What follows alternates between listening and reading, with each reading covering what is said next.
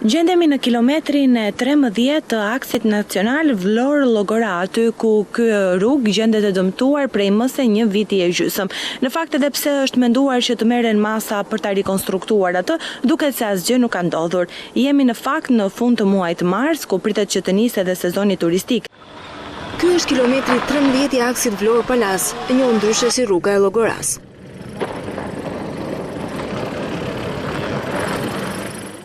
Segmenti ka rrëshqitur në më shumë se 3 pjesë të tij si pasojë erozionit, duke e bërë qarkullimin e automjeteve të rrezikshëm. Kalimtarë të rastit, por edhe frekuentues të rregullt të zonës, apelojnë për investime. Po është rruga shumë diskutore, që pëngon, po që ka qenë problem gjithmonë. Shteti këto të shikojnë, mos shikoj ato palavra në parlament. Se ata po shikojnë më shumë palavra në parlament, se edhe sa fakti konkret është. Në terren, kreu i Këshillit të Qarkut të Vlorës, Adrit Danaj, ka pranuar problematikën, ndërsa ka shpjeguar se Vlora është nën jurisdiksion e Gjirokastrës, çka vështirëson monitorimin e zbatimit të kontratave me firmat që duhet të mirëmbajnë taksë. Është një pjesë që rrëshqet vazhdimisht dhe është shumë problematike.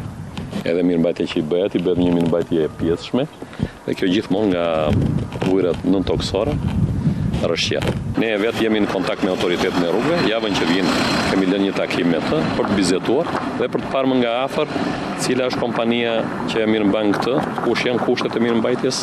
Në dhjetor ka përfunduar një studim gjeologjik për zonën mbi bazën e të cilit do të hartohet projekti ndërhyrjes në infrastrukturë, por deri më tani ka mbetur një projekt në letër.